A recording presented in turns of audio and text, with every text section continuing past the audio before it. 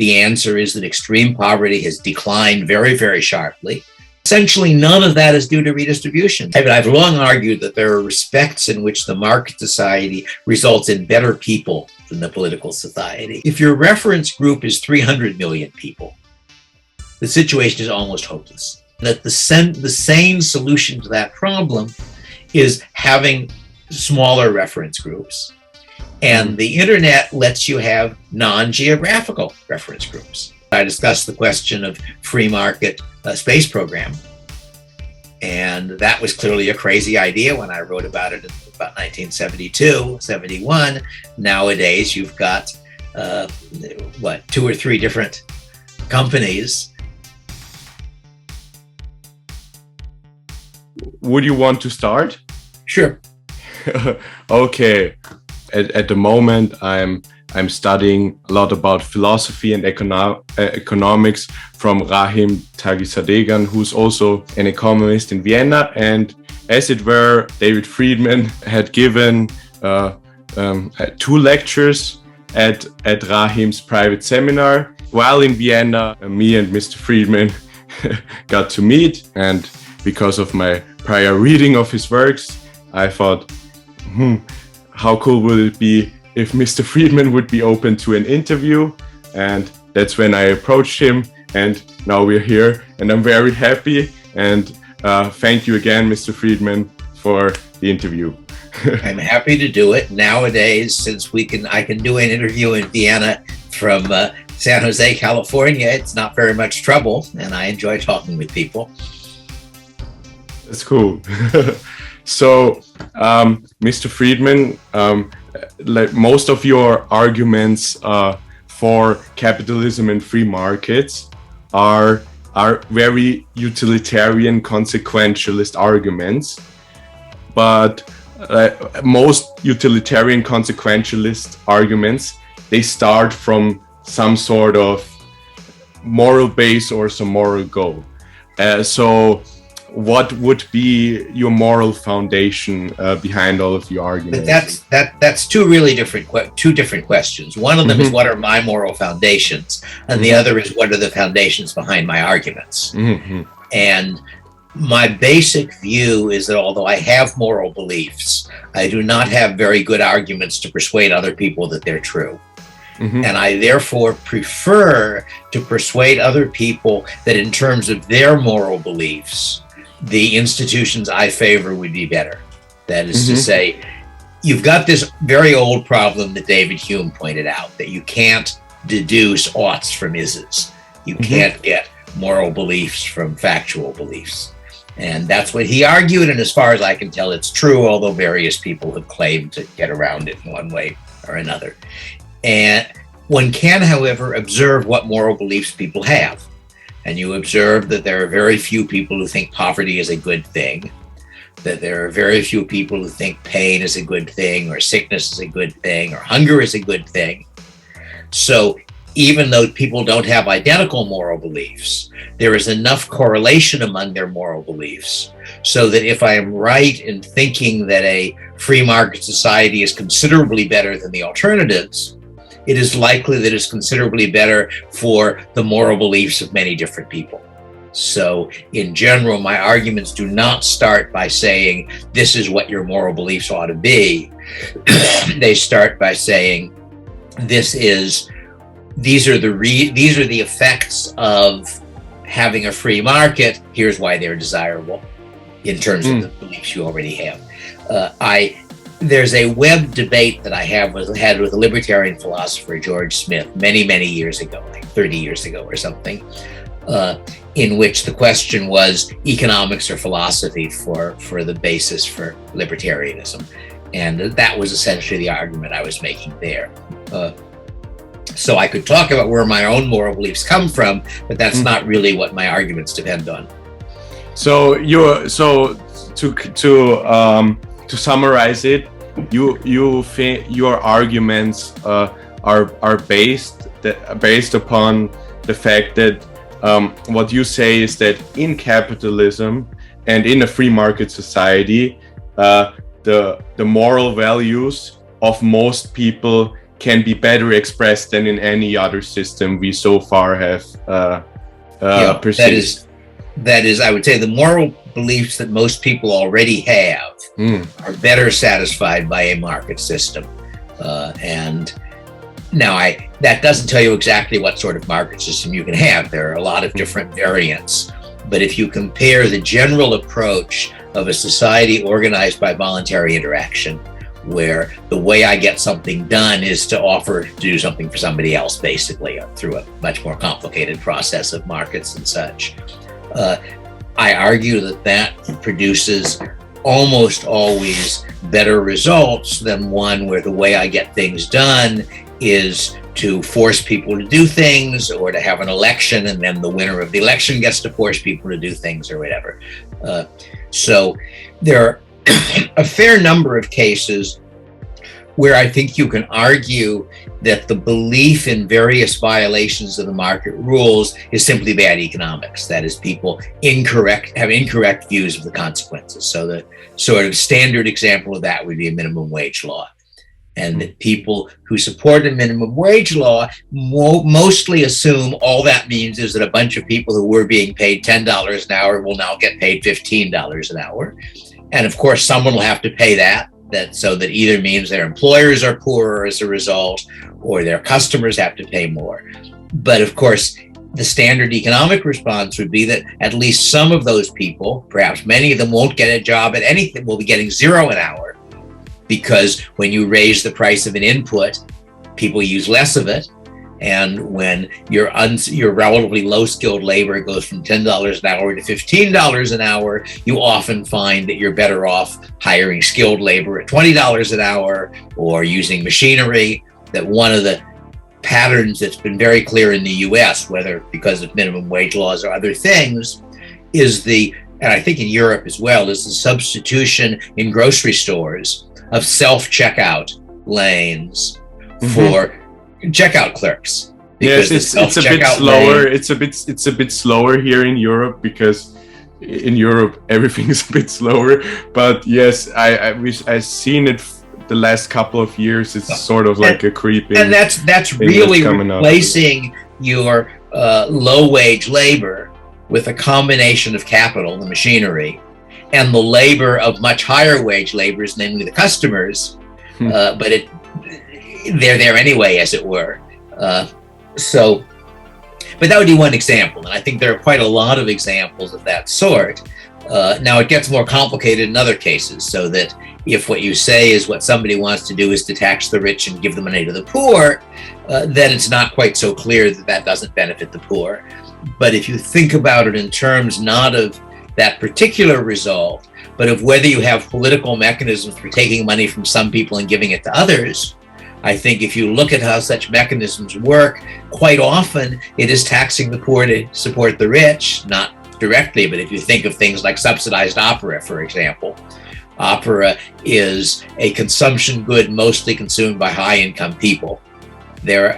My guess is that Vienna probably still has subsidized opera. It certainly did at one time. Oh, yes. It's the whole subsidized culture and arts and media thing is very big in Austria. It's also very big in Germany, amongst those countries. And in the US, college schooling is heavily subsidized. And the people who go to college are roughly the top half of the income distribution in the US, exactly maybe the top third or something like that.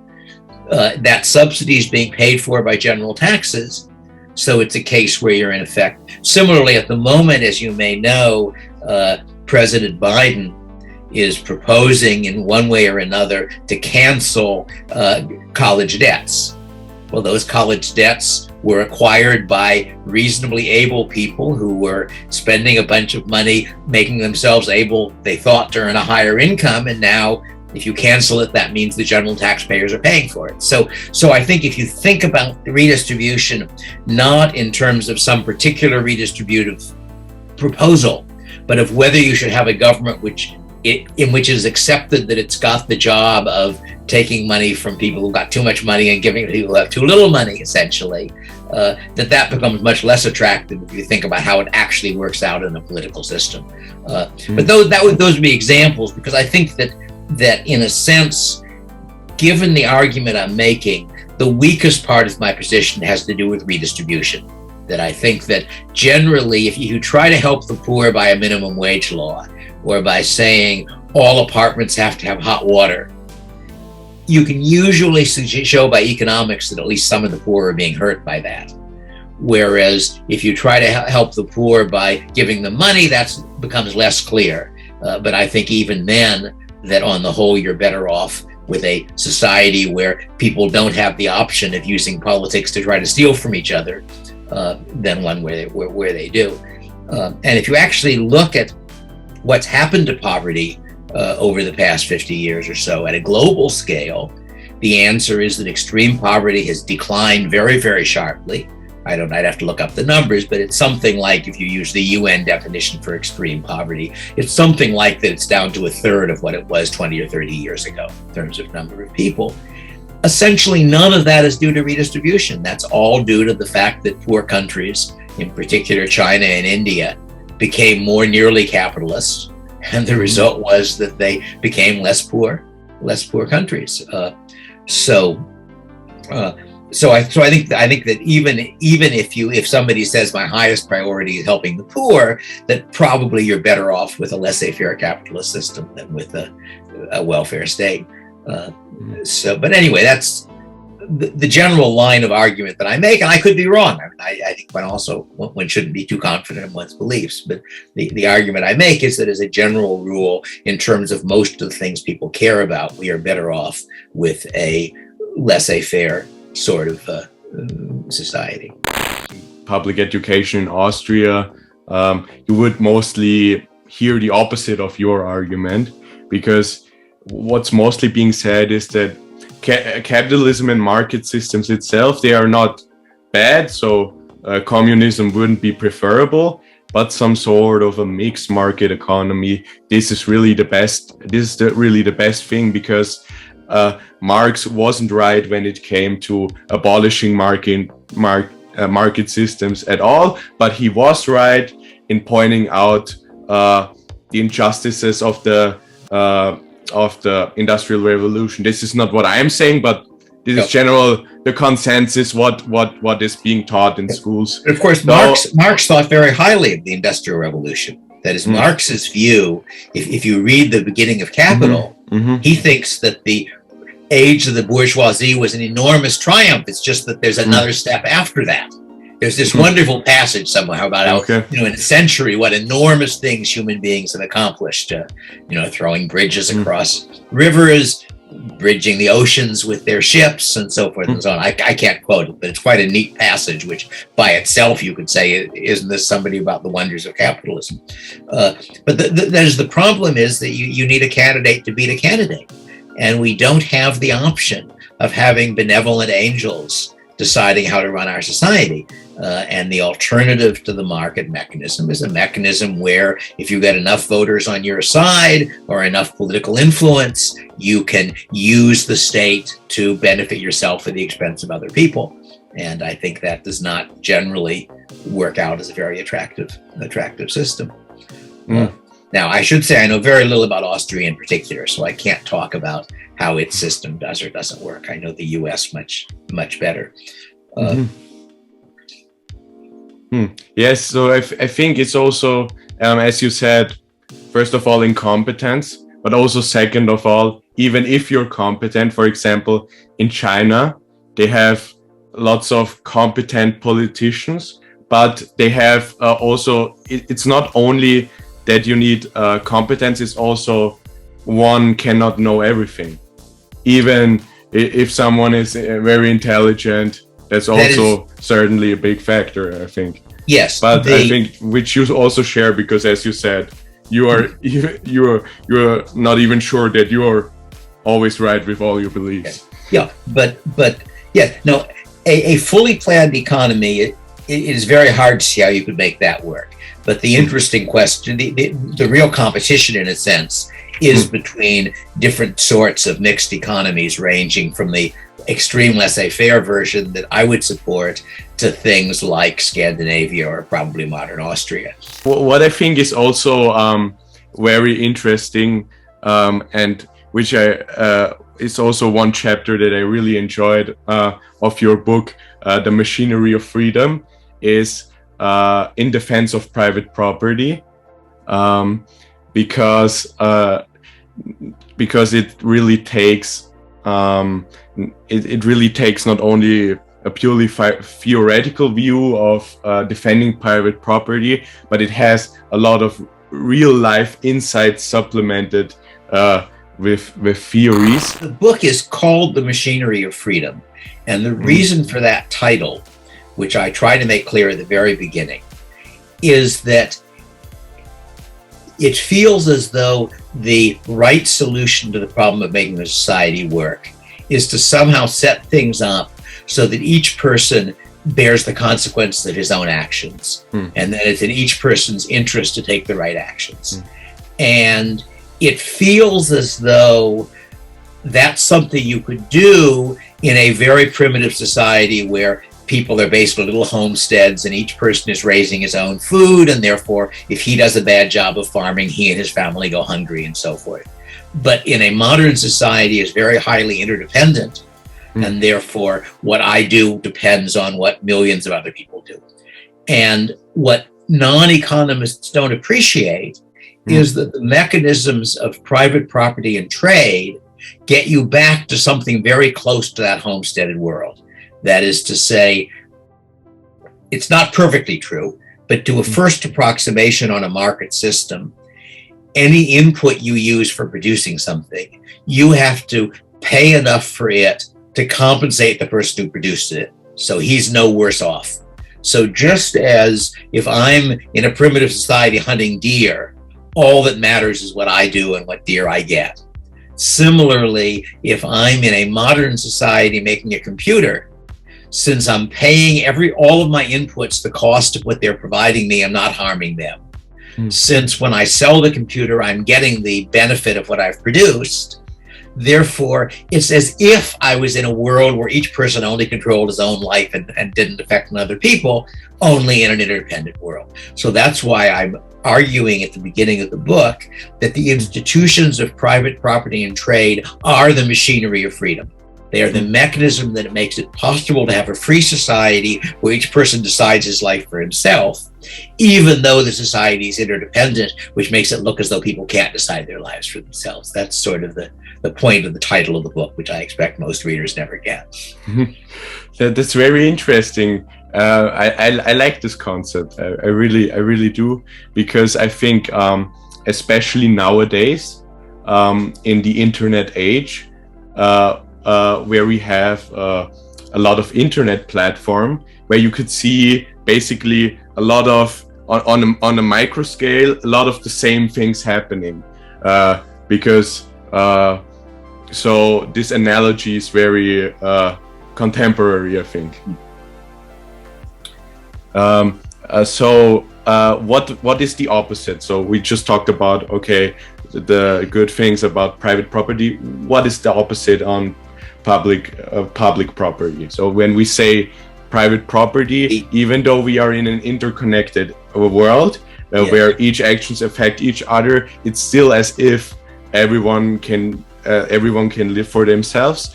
How does public property that is normally not the case, because in effect, if you have if government is producing something, then my decisions are going to affect you.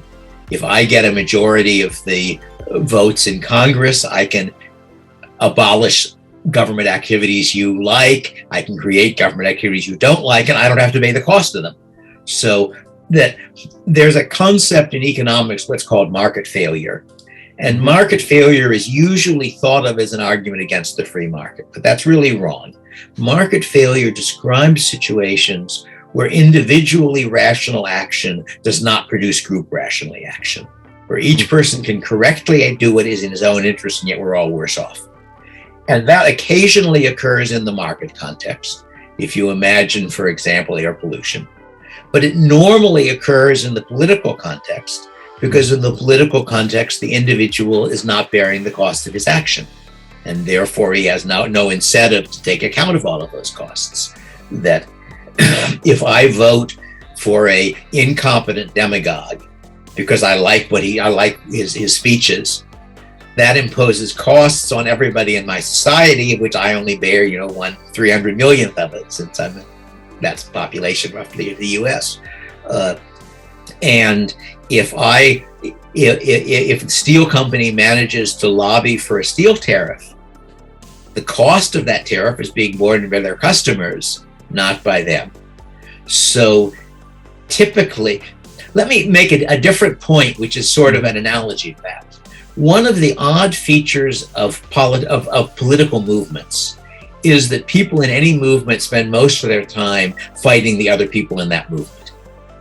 That is, that libertarians spend much more time arguing with other libertarians, and socialists spend much more time arguing with other socialists. It sometimes gets extreme, as in the case of Trotsky versus Stalin, say, but even short of that. And part of the reason, I think, is the same point about politics. That is, if you think of your political movement as like a little country, as it were, you say, we've got this socialist movement. The socialist movement has certain resources. It's got money, it's got people, it's got volunteer labor. Those are common resources. If you have the wrong theory of socialism, you are wasting our common resources in promoting it instead of promoting my better theory. And similar for libertarianism. So in a sense, it's the same issue, that treating everything as common property means you're all enemies of each other, because anything you spend, I can't spend. And that's true whether you're spending it on yourself or whether you're spending it to achieve our common objective in the way you think is right instead of the way I think is right. And I think that explains a lot of what happens. And I've long argued that it's a mistake libertarians ought not to make, because libertarians ought to realize that there aren't any libertarian resources, that my labor is not a resource you've got available and that will be spent doing what you want if it doesn't do what I want. Because if you insist that the only way of spreading liberty is electing candidates, and I don't agree, the result is not that I work to elect candidates, it's that I go home and do something else. So in that sense, it's a mistake that libertarians ought to be less likely to make than socialists, but in fact, both libertarians and socialists, in my experience, do make that mistake. But in general, the political world, in a certain sense, makes people enemies of each other, because it means you've got a common pool of resources, which different people want to spend in different ways. Whereas in the market context, my pool of resources is my own wealth, my own labor, my own income, and so forth. You don't have an access to that. So whether I spend my money on one activity or another has very little effect on you, and therefore you don't have a good reason to care about it. So in that sense, I think I've long argued that there are respects in which the market society results in better people than the political society, because people in the market are interacting in a context where I can only get you to do things by showing that it benefits you. Whereas in the political one, sometimes you get your allies to do things that way, but you get the people you outvote to do things by outvoting them or having more guns, depending on the particular political system. So I think this is very true, and I didn't think about the connection to political causes there. Yeah. But when I think about it, I very much agree, because for me, I always didn't like it that especially amongst libertarians who should think more market-based, sometimes those political fights come up. So I think I fully agree with that. And also on the point of the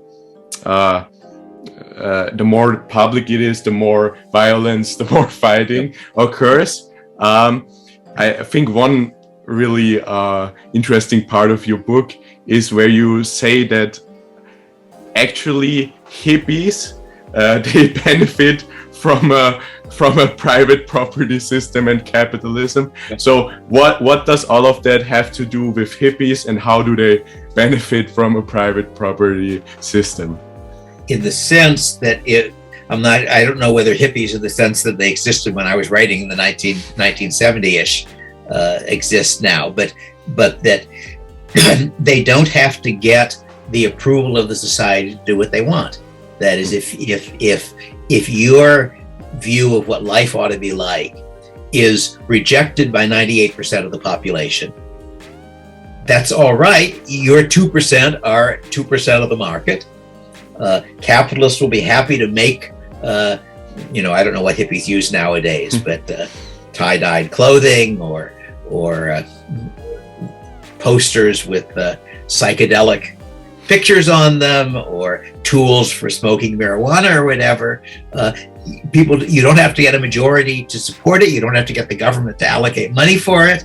All you've got to do is to be a market that people want to produce for. And that in that sense, it seems to be the market tends to produce a much higher level of diversity than the political system does.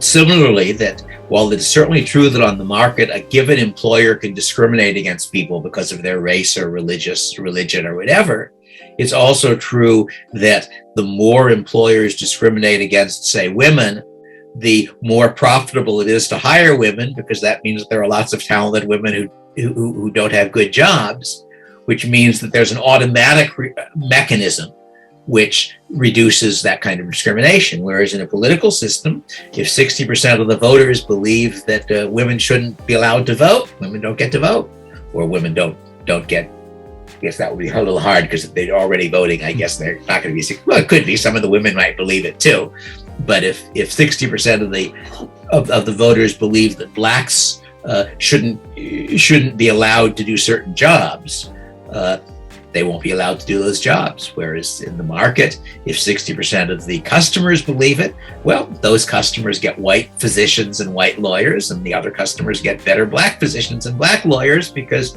the good ones are available, essentially. So in general, I think the market certainly is not going to provide you perfect outcomes by anybody's standards, but I think the alternatives are all worse. Of course, we're seeing that different lifestyles are possible in capitalism, as opposed to a public system. And I think also in your book, it also says that in Cuba, some sort of revolutionary, that it not as some sort of peaceful group with different lifestyles, kind of similar to hippies, they also got persecuted. So because they weren't working as much for the whole community as the politicians wanted. So that illustrates it perfectly.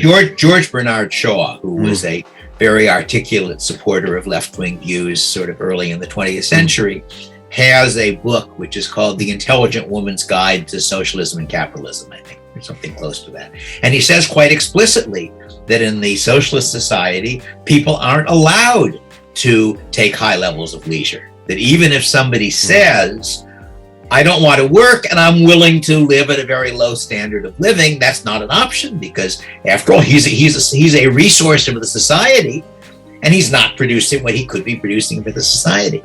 And I quote that bit from Shaw in Machinery, actually, because I thought it was sort of striking the degree to which Shaw was quite explicit about that. Yeah, I think the effects of this line of thinking can be felt very much in Europe. I mean, in the US, there's also welfare state, but it's not as big as it is in Europe now. And lots of politicians always argue about the bums who take our like they're calling them bums, but not me, but take our public goods and everything like that, and our money. The whole problem wouldn't arise in a different society. But given that you have a welfare state, it's true that given you have a welfare state, somebody who chooses not to work and to live on welfare is indeed imposing a cost on the rest of society. And my guess is that this is going to be an increasing problem over time. That my guess, and I'm certainly not an expert on it, is that what happened in places like Scandinavia was that prior to the welfare state, everybody knew that if you were poor and were a beggar, that meant you were going to have a miserable life, and the people would would have a very low opinion of you. So therefore, even if you had some sort of very limited welfare available, going on it was sort of shameful. And then as you get a more and more generous welfare state, it becomes clearer and clearer from one standpoint that working hard all the time is just making a mistake, that after all, you've got the option of living at half the income standard, but you can do that living in southern Spain where life's pretty cheap and there's lots of Mediterranean beaches to.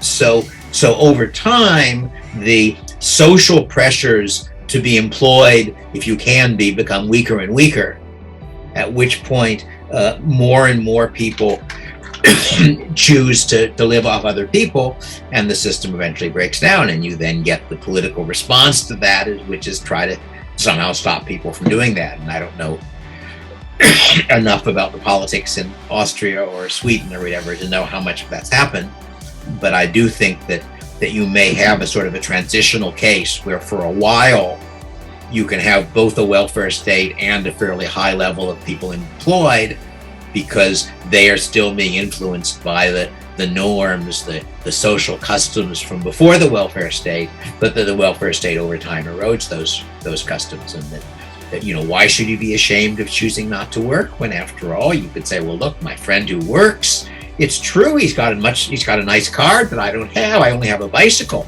but he's spending 40 hours a week doing boring things while I'm on the Riviera.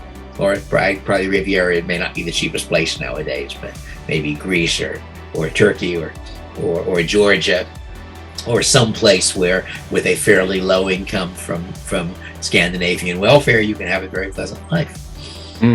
Yes, I think that's also the problem, that a lot of politicians or people in general, of course they have good intentions. They think, okay, we want to help people, so we must give them but the money and everything. But I think what they don't see is, of course, that all funds that you give out are a kind of incentive. So if the welfare approaches a level where it's almost at a wage, then maybe the 200, 300 euros more you would get working a low wage job is not that appealing anymore. Yes, correct.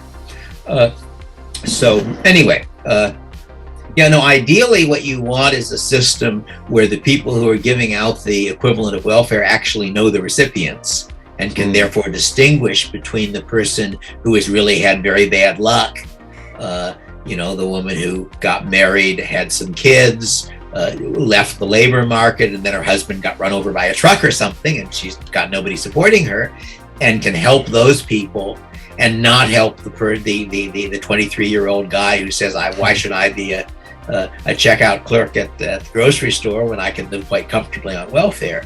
But it's very hard to do that at the scale of a government program, as opposed to an individual, charitable individual, or maybe a church or something which is dealing with people they themselves know. That I think one of the things that I think is a fairly common pattern probably in many societies is somebody has an idea for some way of making the world better. And he starts doing it on a small scale with volunteers who agree with him, and it works. And they go, well, isn't this wonderful? He only spent $50,000 and he helped 30 people. Let's spend $500 million and help 3 million people. But of course, when they do that, the people who are then running it are not the enthusiasts who really wanted to achieve this. There are people whom that's their job, and if that's their job, well, there are lots of things that you can do with $300 million other than helping the people you're supposed to help. So it then it's an attempt to switch from something being done by an enthusiast because he's in favor of it to something being mass produced, and that's very, very hard. So that would be kind of like the difference between a Switzerland or a Germany, because in Switzerland a lot of the same approaches that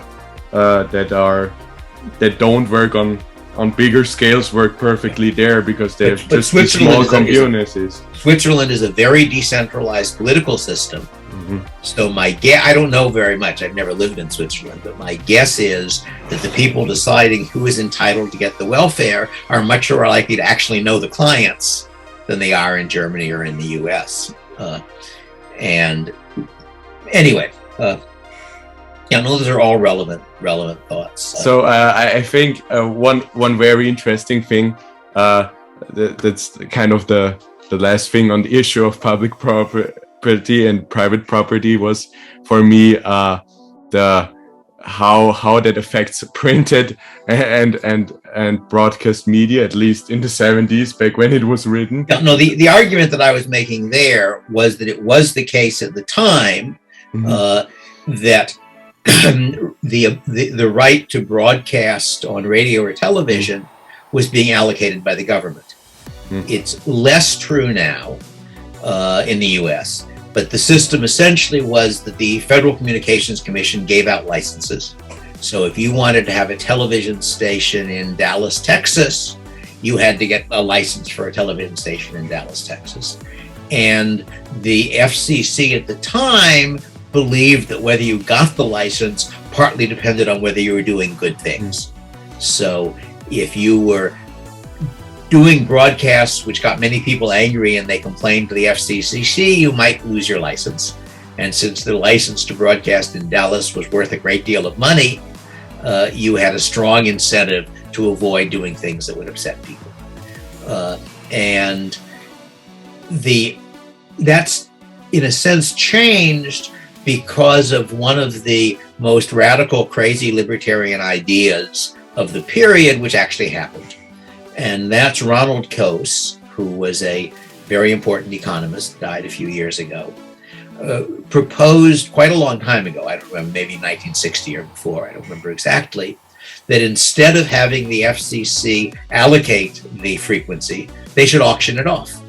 That you should simply treat the right to broadcast on a certain frequency in a certain area as a property right, turn it into private property, sell it to the highest bidder who could then resell it if somebody else valued it more. And that was clearly at the time a crazy idea which nobody would ever do. But in fact, it's what we're now doing. Now, we're not doing quite as extreme a version as Coase's, but it is the case that the US auctions off chunks of frequency, often used for things like cell phones as opposed to but also for radio broadcasts. And on the other hand, printed media in the US at least is pretty unconstrained, that you can print any newspaper, any book you like. Nowadays, you can do it on the web for free. And therefore, you have a much more diverse range of things that you see there, because it doesn't matter if you offend 95% of the population as long as 5% want to read your book or read your newspaper. Whereas if you offend 95% in a system where the right to broadcast is allocated by the government, it is very likely that you will lose the right to broadcast. That was the example I was discussing there, that the sense in which private property gave you a great deal more diversity than public property. So we can basically say that what the difference we saw historically, like between printed media and broadcast media. On the internet, it's basically printed media on steroids, so much more accelerated and much more diverse, and you have sub-communities for the oddest hobbies and stuff. Correct. Yes. Yes. Now, that's one of the things early on, well before the web, when I was on Usenet, which was a internet, pre-web, pre-Facebook internet thing. That was part of what struck me, that there was an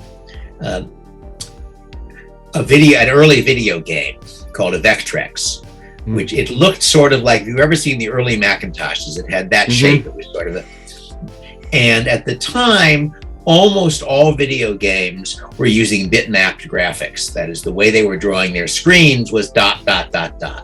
And the Vectrex was using vector graphics. So what it was doing was, the program was saying, draw a line from here to here. And the result was it looked noticeably different. It was sharper, but didn't have the sort of texture and color of the other ones. But it was a lot of fun, and I had one, and eventually, I think I eventually had two, because one of them was for my son, as I remember, so he could play it and I could play it at the same time. And it was much more primitive games than they have now, but quite fun games. And I came eventually they stopped making them and selling them and so forth, and it vanished. And then on Usenet, I came across a Vectrex Usenet group, which was people who still had the machines and still liked them and talked about them and talked about, well, I've got a game cartridge, maybe I can trade it with your game cartridge. And somebody started discussing the question, could you write new games for the Vectrex? Or could you copy the existing cartridges, since it's like copying floppy disks, except that they were sealed objects, so not easily. And somebody was concerned about the rights, the copyrights to the cartridge, and they managed to get in touch with the person who still owned the rights for the Vectrex. And I don't know if they emailed him or mailed him, and they got back this response, and it was reasonably clear from his response that he was the guy who'd invented the machine, and that he was so happy that people were still playing with his toy. And he said, of course you can copy cartridges. In fact, if you'd like to write some new games, I've still got the software for writing the games. And it just struck me as a wonderful example of the way in which technology let a little tiny interest group become its own little world, as it were.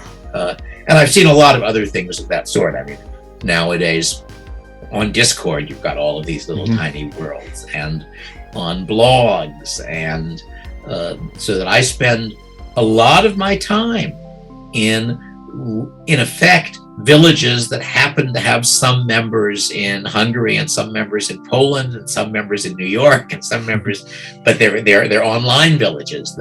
There's a forum that I used to participate in, the blog Slate Star Codex, and when that went away, there's a forum that's of people who used to comment on Slate Star Codex, which is still going, and I would guess I might easily spend an hour a day chatting with people. And in fact, this Saturday, a bunch of the people who chat on that are going to be over here, because it's a large enough community so that from time to time they arrange a real space meetup where people who live in a particular area and other people who are willing to visit that area come. So I am expecting that I and my wife and daughter are going to be feeding probably about 25 people this Saturday, who are, most of whom are not from the area we live in. They're mostly from the US. I don't know if anybody's coming from outside the country, but they're people who knew each other online and decided wouldn't it be fun to actually see the faces and interact in real space. And so and similar meetups for such things have happened elsewhere. So it's quite neat the way that technology lets you have. It seems to me that one of the problems of modern society is that in a society where most people live in a village of 50 or 100 or 200 people, it's pretty easy to matter. That if you live sort of a decent, hard-working, honest life, all the people you know you're a decent person who they look up to and think well of. If your reference group is 300 million people, the situation is almost hopeless. That you're invisible. You know that whatever you do, you will never matter at that scale. And that the sane solution to that problem is having smaller reference groups. And the internet lets you have non-geographical reference groups. You could do some of it before, if you think about, say, 18th century scientists who were corresponding, so that you would have people who were, in a sense, friends who had never met each other. If you would have an Austrian and an English biologist, and they were doing research, they were corresponding, maybe they would meet someday, maybe they wouldn't, but that was a non-geographical community. But it's much easier for sort of ordinary people to do it nowadays, because you do it on Discord, you do it on Telegram, you do it on Facebook. I mentioned earlier that one of my hobbies is making historical jewelry. And one of the things that I got out of the internet during COVID was discovering other people who were doing the same stuff I was doing much better. And it was really quite impressive. I've been joking that some of them claim to reshape metal using a hammer and an anvil. And it's clear they really have a magic spell by which you turn the bronze into clay. You reshape the clay and then you turn it back into bronze, because there's no way that they could be doing what they pretend to do. But those particular people are producing basically early Dark Age stuff. And they're doing it probably the way it was really done. It's just amazing. And it's the sort of thing I did, only done much, much better. And that's, again, a non-geographical community. I've participated, I think, a couple of times when they had online meetups for talking about this stuff. And I think I gave a class on something, I don't remember what, that I knew about. So anyway, that's all part of the pleasure of living in the 21st century. There are some down things as well, but there are some very positive things. Yeah, I've made much of the same experiences. For example, I don't know how bad or if any big lockdowns were in the area where you live, but during 2021, 2020, there have been months-long, really tough and hard lockdowns in Vienna. So one of the things I did as a young person during that time, I met up with international friends of mine in VR. So we did all of the things we would normally do outside, but we went out and talked and played games and stuff like that. We met through VR. So that's exactly like this effect. Yes. Where I am, I don't think we ever had any formal lockdowns. I don't think there was ever a point which you weren't allowed to go out of your house. But given that I and my wife are both old enough to have been at serious risk from COVID, we chose to self-isolate. Basically, in March, I was in Europe on a speaking trip, March of 2020. And my younger son persuaded me by email that COVID was really serious. My initial reaction was, nothing serious has happened in my lifetime like that, so I should ignore it. And he persuaded me that I was wrong. And so I canceled my last 2 talks, flew home. And I think from then on until I got vaccinated, which would have been a year or so, I was outside. I was more than 10 feet from my own property, maybe twice. Because it turned out, now first, my wife and daughters, at about the point when I came back, my wife and daughters stocked up with food. And the assumption at the time was we were talking about a month or 2. It turned out to be quite a lot longer than that. But as it turned out, food delivery services became very widely available so that we could get our groceries delivered. We have a nice house. My adult son and daughter live with us, and we all get along pretty well.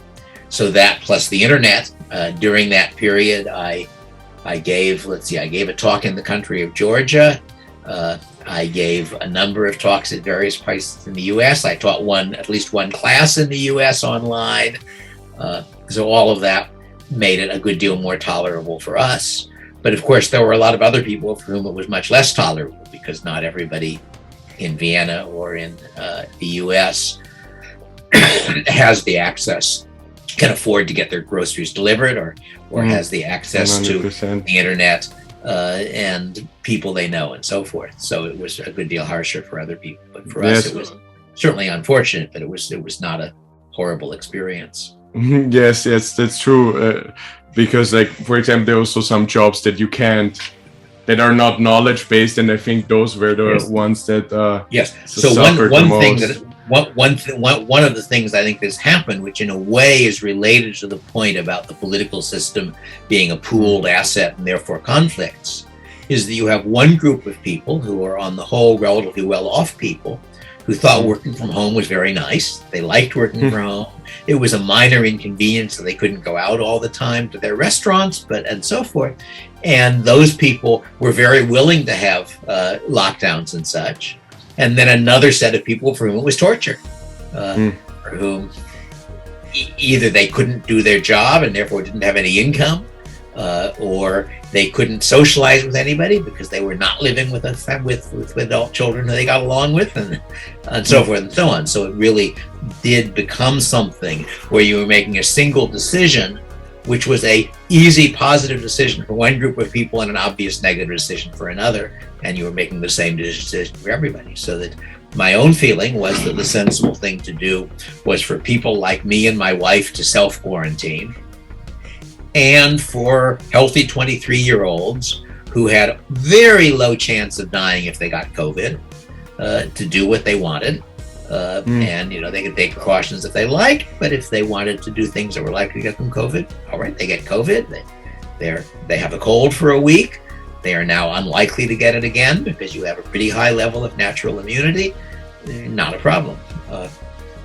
And I guess that's more nearly what Sweden tried to do, although they didn't do a very good job of isolating the elderly people. So I think the idea that one should take precautions was a very sensible idea, but the idea of mandating the precautions did not work very well. And in other ways, I think the situation was much worse by government involvement, that people talk about how amazing it is that we got a vaccine in less than a year. But in fact, we got a vaccine in less than a week. That is to say, the first of the new variety of vaccines, I don't remember whether it was, which of the two it was produced less than a week after they started. It then took most of a year to get permission to distribute it. Now, some of that time should have been spent anyway, because you obviously want to you want to give the vaccine to 10,000 people to see if they drop dead. Yes. To see whether it has serious side effects. You want to give it to 100 or a few hundred healthy young adults, expose them to COVID as best you can and see if they catch it, in order to see whether it really provides protection. But once you do that, you should be able to give it out, as fast as you can produce it. But you couldn't, because the FDA and the equivalent in other countries wouldn't let you. And so that was a fairly, and I guess the much smaller problem, but one that was in a sense shocking, is that it is reasonably clear that in the US, the approval of the first vaccine was delayed by several weeks because the people making the decision did not want Trump to get reelected.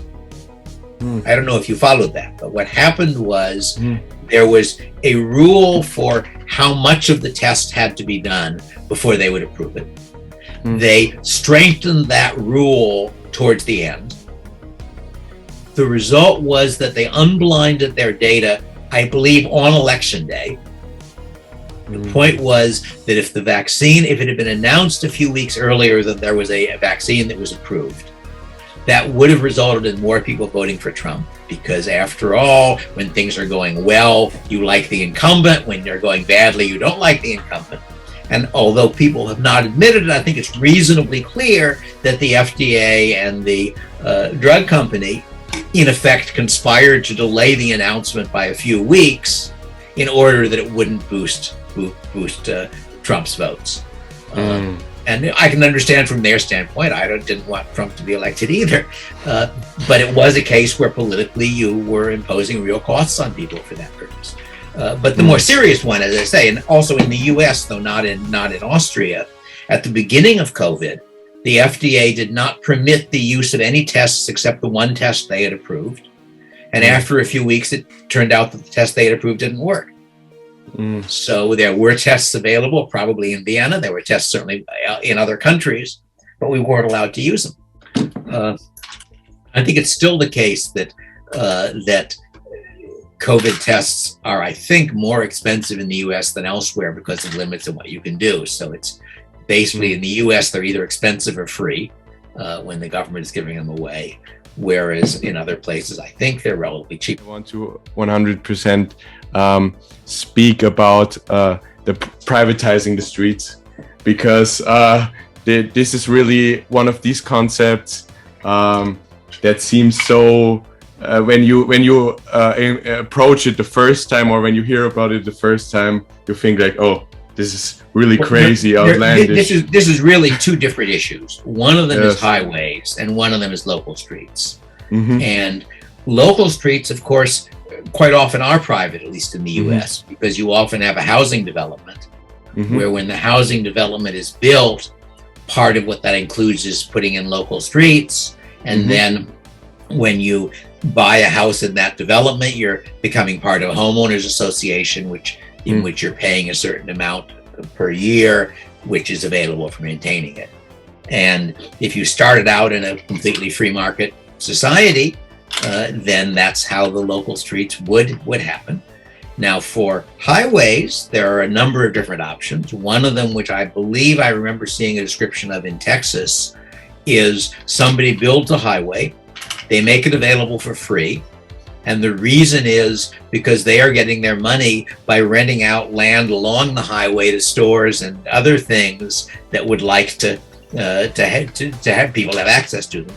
And in fact, in the case of the U.S. railway system, as you may know, part of the way the big railroads were built was a land grant system in which you had a whole lot of empty land out west, which was worth essentially nothing. There was nobody there. And when a railroad built a railroad line out west, they got chunks of land along the line, not all of the land along, but sizable chunks. Well, why was that land valuable? It was valuable because the railroad got to it. So that meant that they could, in effect, pay the railroad by the increase in the value of the land that they had been given. That's great. And of course, nowadays, it's pretty easy to have toll systems. So nowadays, there's no particular reason why you couldn't build a highway by just doing what some of the government highways do, which is you've got some kind of a transceiver of a device in your car, which communicates with the devices along the highway and automatically pays tolls. So those are all options. One of the other ideas, which unlike that one has been happening increasingly in machinery, is that I discussed the question of free market space program. And that was clearly a crazy idea when I wrote about it in about 1972, 71. Nowadays, you've got, 2 or 3 different companies,